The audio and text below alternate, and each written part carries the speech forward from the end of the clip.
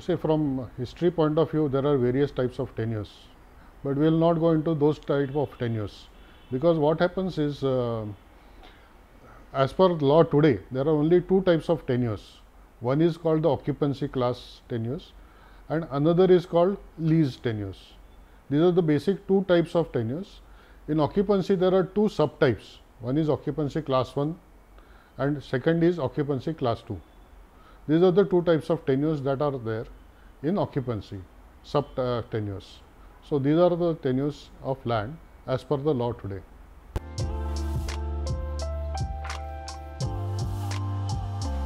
Say basically occupancy is very difficult to understand. Say for example, when we say occupancy lands, it basically means ownership lands. That is what we can say, because when we go into the legal issues and all that, it is very difficult to understand. So, let us say occupancy is basically ownership. In that there are two categories, occupancy class 1 and occupancy class 2. Occupancy class 1 is basically completely freehold land, which is what we call as the actual ownership land, where people can buy and sell without any interference from the government and any institution. It can directly go and sell the flat and transfer it and get the registration done. So, basically occupancy land is free, occupancy class 1 land are freehold lands.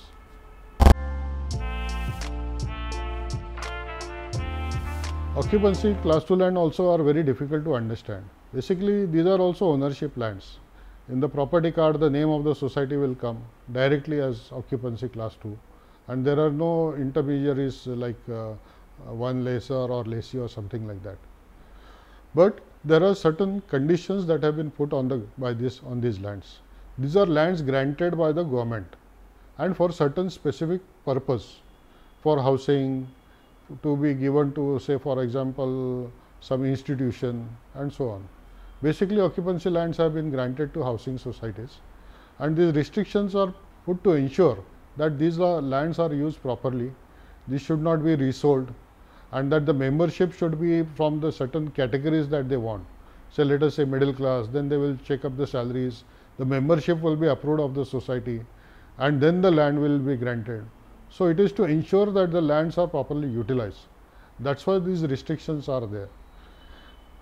But there is a different history of occupancy class 2 land, and this has been used for a certain purpose, and that is the only reason why these lands are called occupancy class 2 land, because there is some restriction. Occupancy class 2 lands has a dark history, and it originated for a certain purpose.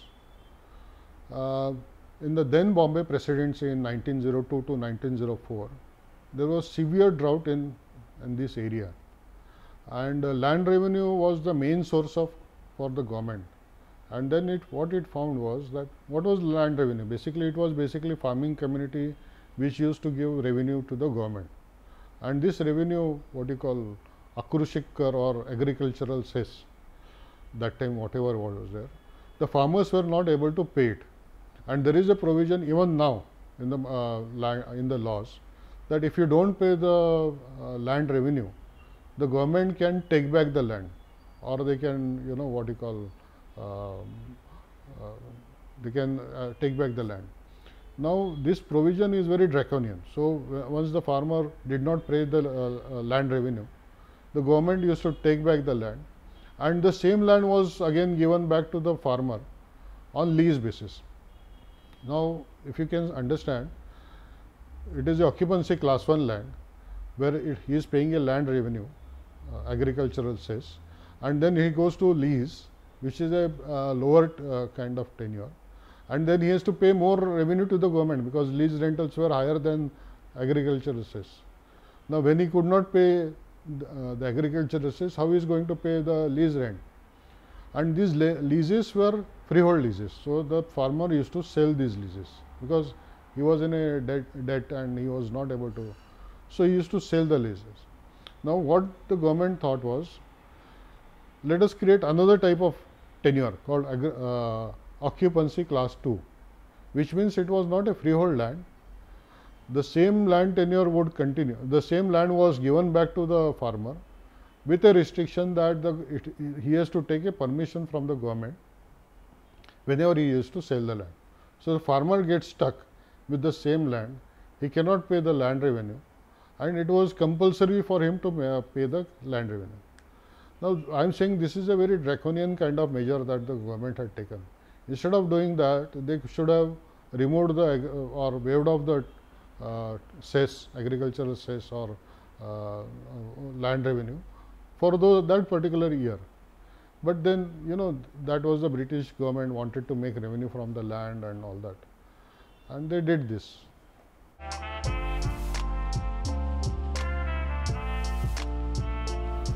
Lease lands are basically, as the meaning means, it is land given on lease basis, that is there.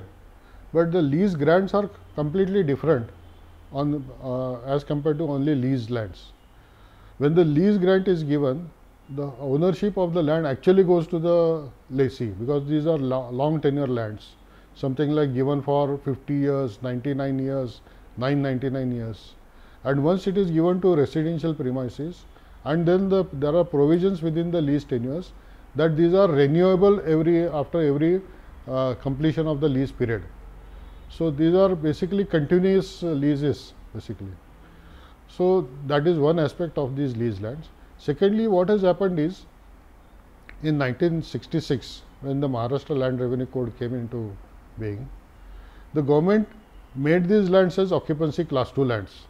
There is a provision in the code 29(3)(c), that is what I remember, that these lands, if they are renewable and more than 50 years of tenure, then these are basically classified as occupancy class 2 lands. So, let us understand that lease lands, though they are called lease lands, have almost the same status as occupancy class 2 lands.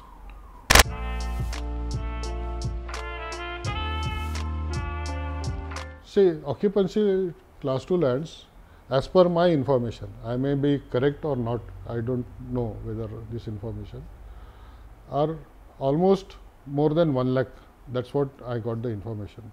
Of these, around 22,000 are basically from the housing societies, given to housing societies. But then there are agricultural tenure lands. Then there are certain types of leases like Nazul lands, which are in the range of 40,000–45,000. So, the total lands may be in the range of 1,50,000 or something like that. I am combining both occupancy and lease lands together. I will say that all these are occupancy lease lands, somewhere around 1,50,000. This is the range. In Mumbai city, which was earlier before 1950 was the actual city, there are about 1,200–1,300 leases basically, and Mumbai suburbs are having about 1,600–1,700 occupancy class 2 lands. So, Mumbai city has about 3,000 occupancy and class 2 lands and leases basically.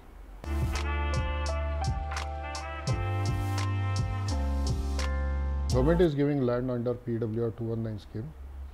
Now, this is a scheme which is basically for the socially backward classes of the society. Now, what does PWR mean? PWR means post-war reconstruction.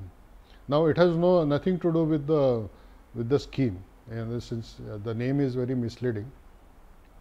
What the government is doing is they are giving they are asking to these category people to form a society. In that 90% of the members should be from these categories, that is SC, ST and NT, and 10% they can keep it at open, and these lands are granted to them of free of cost basically, and that's what PWR 219 scheme is all about. Land reforms is a very important issue and it has to be done. All these schemes, that is all those tenures of land, occupancy class 2 land, lease lands, are basically legacy problems. They are legacy problems not only from the British, but even earlier times, because what the government has done is they have categorized the various lands under occupancy class 2. When the lands were what do you call those, from the abolition acts, various lands were given to the original owners, to the tillers under abolition acts.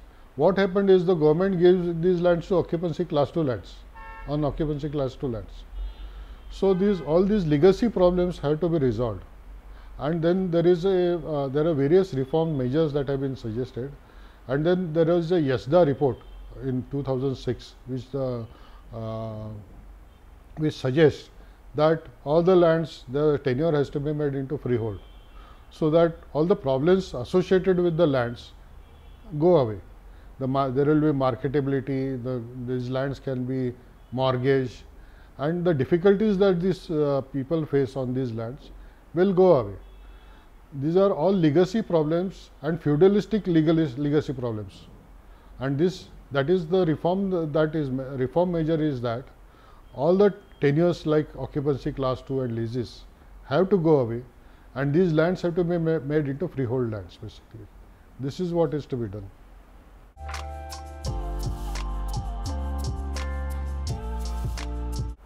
This is a very important question.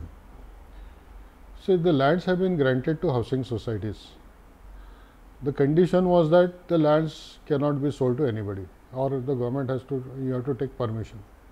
Now, the society is a perpetual institution. The government land is also a perpetual thing. So, once the land is granted to a society, it is not going to sell the land. That is one aspect of it. But the problem is, the second is that at the time of the grant, the government approved the list of members which are there in the cooperative housing societies. Now, what the government was saying after the sale has been done actually, and which is a wrong thing to do, because let us say if land is granted to a society, the society builds the building and it allots the flats to the members. Now, once the flat is allotted to a member, he resides there for, say, let us say 20-30 years, and then he sells the flat. Now, the incoming buyer has paid the price at the market rate. He is not getting any benefit from the society. That is one aspect of, he is not getting any benefit from the government. But the government insists that this buyer who is buying the flat should take permission from the government for approval of purchase of the flat. Now, this is a wrong thing to be done. The courts have said that, but despite that, the government is still insisting, and this is where the problem comes in. This is the most important violation that is occurring. The other violations are not so important. Say, for example, the society and other violations, for example, the land is given for residential purpose and part of it becomes commercial, or they display some sort of a advertisement on the top of the building, or they put a mobile tower. These are the types of violations that can come in, or any MRTP violations that are there, maybe construction or something not done with the permission of. These are the various types of violation, but most of the societies are free from these kind of violations. The only violation that the societies face is basically membership transfer. So, this is the major violation that societies face, and that should be solved by the government with much more with lot of rules and regulations basically. When a society or any land is given to residential purpose or whatever purpose, the violations are like membership approval violations, membership not been approved. This is what the government says, that you have to, every time you buy and sell, you have to take approval. Then the other violations can be of the nature like you have converted part of that building or something into commercial without taking permission from the government. You have put up a hoarding on the top of the building, or you have put up a mobile tower, and both these things you have not taken any approval from the government. These are the type of violations, or any MRTP violation that is there. That also becomes a government violation, collector violation also. So, these are the type of violations that are there.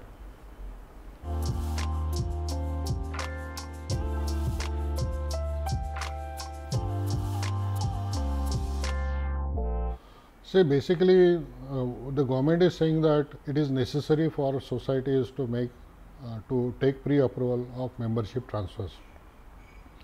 Now, this is where the question is whether, as per law, whether pre-approval is required from the membership transfers. Now, let us say how the lands were granted. The lands were granted with the prior approval of membership of the society, which means the membership was approved and then the society was granted the land, and so the memberships were approved prior to the land grants. Once the land grant came into being and society is formed, then there are various the collector or the government asked for prior approval, and if the prior approval did not happen, they considered it as a violation. They said that you have to take approval, you have to pay a premium and so on. So, the matter went to the courts, and it was decided that in two of the judgments it said that prior approval of the once the society is formed and the land is granted is not required. One is the SP Chennai judgment, which says that the society's owner of the member of the flat is as good as the owner of the flat. That is one aspect, and it is ruled by Bombay High Court, and it is challenged in the Supreme Court by the government, but the judgment is not stayed by the Supreme Court. So, the law is still valid. The second aspect is with the Dinanath society, where the government insisted on 90%, where it said that it is basically cooperative society is now a constitutional body under 19(1)(c), and that the society's membership cannot be decided by the government. So, both these judgments, and then there is one Dr. Bharadwaj judgment, which specifically says that at the time of the grant, the government will decide who the member is going to be and the terms of the condition. But once the grant is made, the government's role is over.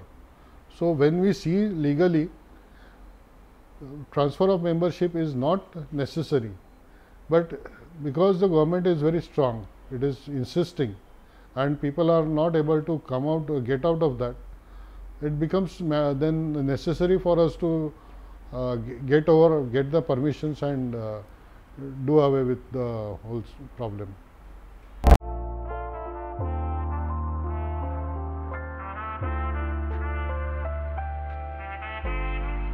So, there are various problems that the societies face when they go for transfer of lands, transfer of flats, membership transfers. So, when we started this campaign about 10 years back, what we found was that the members who were incoming had purchased the flats at the market rate. At that time, the government said the income of the member should not exceed 20,000 rupees. Now, how is it possible that a person buys a flat at 1 crore and has an income, and that too his family income, that is husband, wife together, to be more than less than 20,000.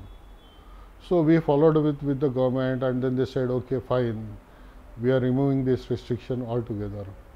Then there was another condition that was put on lands which did not have any restriction of percentage of number of so from the socially backward. Like they said, some lands have been granted at 20% of reservation for the socially backward. Then there is another type of land where 90% reservation is there, and then there is another type of land where there is no restriction. So, all these causes problem. So, we said we don't have any restriction on some type of lands. Then they said, okay, those lands which don't have restriction, they can sell it to anybody. So, that was in 2015. Then there was we recently came across another problem, that 90% of the lands which are from the backward, or 20%, they are not allowed to, supposing it has been sold to some open category, because sometimes the by inadvertently or otherwise the flat is sold to that open category. There is no provision for this kind of things. Then sometimes the original member is not approved, so it required another GR for that. And even now there are certain problems we still face. The lands granted on 20% reservation, with 20% reservation or with 90% reservation, they have not been able to maintain those percentages, and then the membership transfers are not done, and they are not able to do the redevelopment. These are the problems that the societies face basically.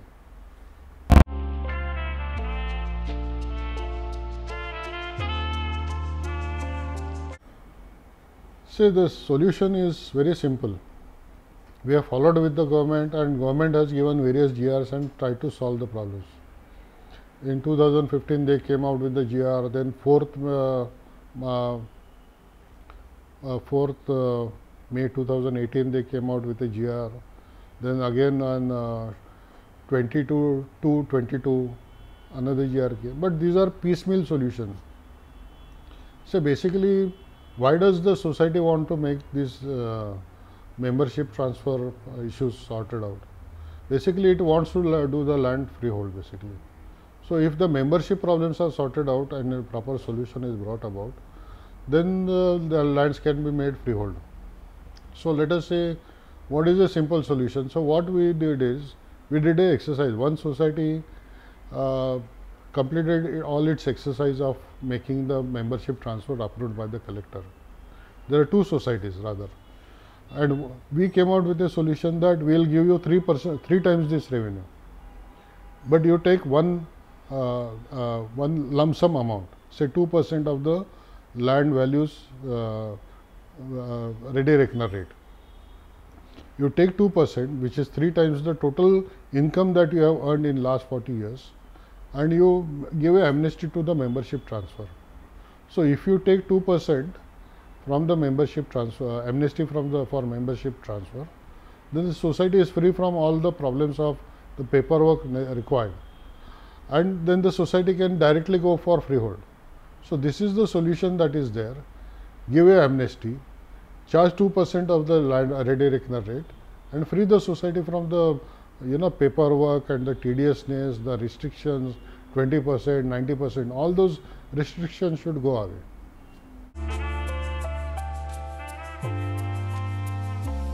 After following with the government for a long time for making the lands freehold, in 2018, that is 8 March 2018, the government came out with a gazetted notification, and it allowed the lands to be made freehold on certain terms and conditions, and certain premiums to be paid.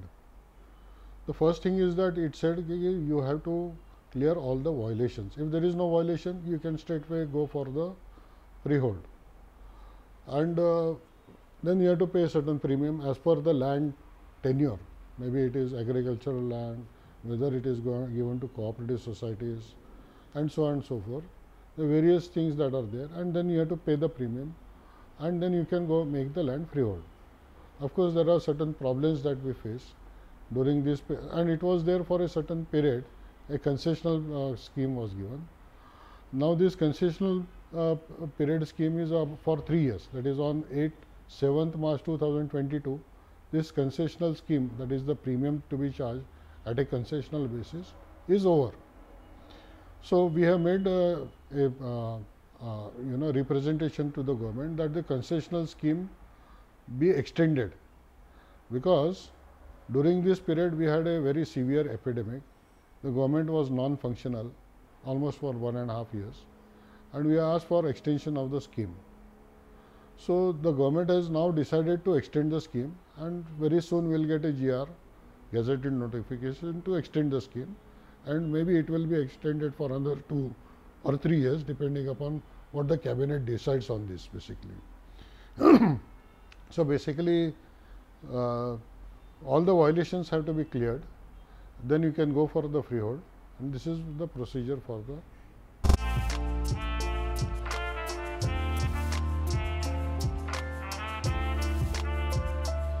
When we say lands, there are a lot of benefits that the landholder will have when the land is made freehold. First of all, what happens is, once the land is under government control, it tends to act like a zamindar. It tries to put in conditions, premiums, and so on, so forth. And therefore, it is very necessary. Say, it depends on who is ruling and what today, and there was no awareness about this. So various restrictions were put in, and when the land has to be made freehold, the increase of restrictions is as good as increasing zamindari system. So, it is better to get the lands freehold and come out of the control of the government, and that is the reason why we are saying that getting the land freehold is important, because it you know, you can mortgage the land, you can do redevelopment, all these things can be done once the land is made freehold. So, it is better, it is very good to be a freehold land.